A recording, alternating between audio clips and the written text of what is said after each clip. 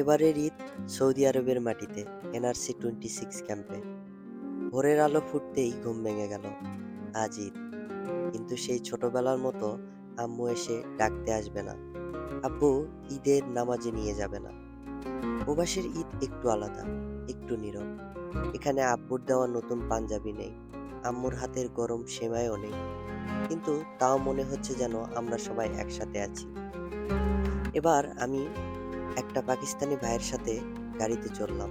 আমরা দুজনে গল্প করতে করতে মসজিদের দিকে গাড়িতে চড়ে যেতে লাগলাম।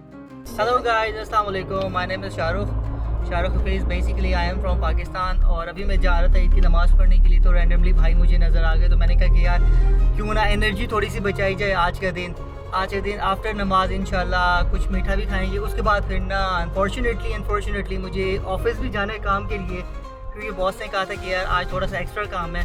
बज़ाहिर काम नहीं है, लेकिन काम है भी सही आज के दिन. लेकिन मुझे भाई नज़र आ गया. मैंने कहा क्यों ना भाई से लिफ्ट ले ली जाए. तो right now I am in the car और अब हम दोनों अब जा रहे हैं इनकी नमाज़ पढ़ने के लिए. भाई बहुत अच्छा है. मेरे साथ 2-4 दिन बातचीत हुई तो बहुत अच्छा है, तो इसीलिए हम लोग एक साथ जा रहे हैं. लेकिन मैं आपको इसमें एक बात ऐड करता चलूँ. देखें, आप बेसिकली आप अपना रिफ्लेक्शन मुझ में देख रहे हैं. अगर बात की जाए ना, मुझे कह रहे हैं ना मैं बहुत अच्छा हूँ, ठीक है, इससे रिलेटेड आप बहुत अच्छे हैं माशाल्लाह. तो नमाज की तरफ चलता है, उधर जाके फिर दूसरा शूट लेता है इंशाल्लाह. আমি নামাজে ঢোকার আগেই কিছু ভিডিও করলাম। বাইরে সবাই ভিডিও করছে, পরিবারকে দেখাচ্ছে, প্রবাসের ঈদের অনুভূতি শেয়ার করছে। তারপর আস্তে আস্তে মসজিদে ঢুকলাম। ইমাম সাহেব খুতবা দিচ্ছেন, সবাই মনোযোগ দিয়ে শুনছে। কিছুক্ষণ পরই নামাজ শুরু হলো। নামাজ শেষে বাইরে আসলাম। বাইরে এসে দেখি কত মানুষ, সবার মুখে হাসি। কেউ ভিডিও কল করে পরিবারকে দেখাচ্ছে, কেউ ছবি তুলছে পরিবারকে পাঠানোর জন্য, কেউ আবার ঈদের মুহূর্তগুলো ভিডিও বানিয়ে রাখছে। তারপর এদিকে আসতেই দেখলাম কিছু বাংলাদেশি ভাই। সবাইকে ঈদ মোবারক জানালাম। একে একে সবাইকে বুকে জড়িয়ে ধরলাম। আহ, কি অনুভূতি! এই অনুভূতিটা আলাদা। পরিবার থেকে দূরে থাকলেও এই ভাইয়েরা যেন আমার নতুন পরিবার হয়ে গেছে।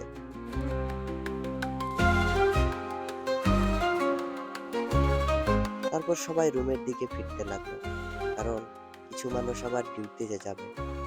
হ্যাঁ, ঈদের দিনও কাজ থাকে আমাদের। অনেকেই ছুটি নেয়নি, ওভারটাইম করছে, যেন ব্যস্ততার মাঝে পরিবারকে বেশি মিস না করে।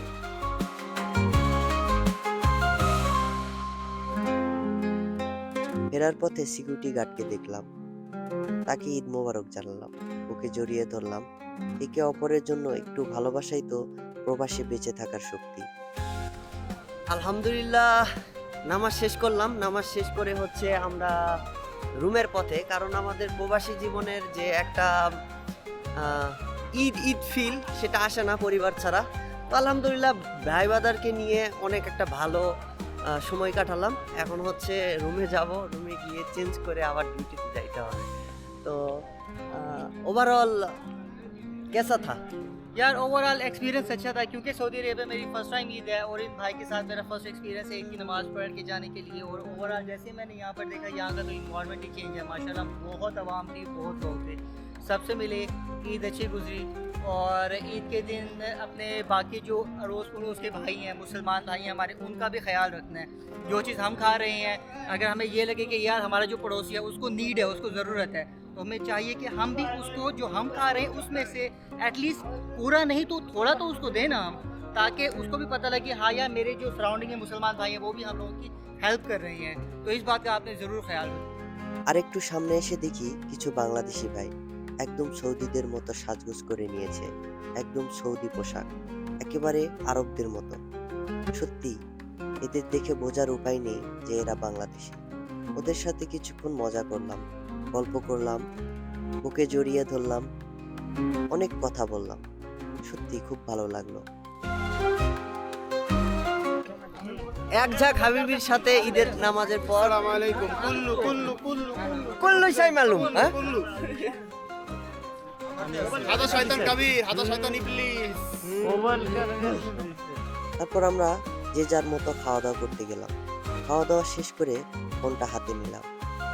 এবার সেই অনুভূতি যেটা শুধু প্রবাসীরাই বোঝে। আম্মুকে কল দিলাম, ওদিক থেকে চেনা হাসি, বাবা খেয়েছিস? আব্বু, ছোট বোন, আম্মু একসাথে বসে আছে, কিন্তু আমি দূরে, শুধু স্ক্রিনের এক পাশ থেকে হাসি দেখে শান্তি খুঁজছি। তারা জিজ্ঞাসা করছে, তোর ঈদ কেমন কাটছে? আমি বললাম, ভালো, অনেক ভালো, বন্ধুদের সাথে আছি। কিন্তু মনে মনে ভাবলাম, ইস, যদি আজ ওদের সাথে থাকতে পারতাম। দিন শেষে মনে হলো ঈদ মানে শুধু জামা আর বিরিয়ানি না, ঈদ মানে একসাথে থাকা, ঈদ মানে সুখ দুঃখ ভাগাভাগি করে নেওয়া। হয়তো পরিবার দূরে, কিন্তু আমরা সবাই একসাথে। আমাদের বন্ধুত্ব, আমাদের হাসি, আমাদের একসাথে কাটানো মুহূর্তগুলা, এগুলোই আমাদের নতুন পরিবার। So no matter where we are, Eid is all about spreading happiness. সবাইকে ঈদ মোবারক। May Allah bless all the expect working far from home.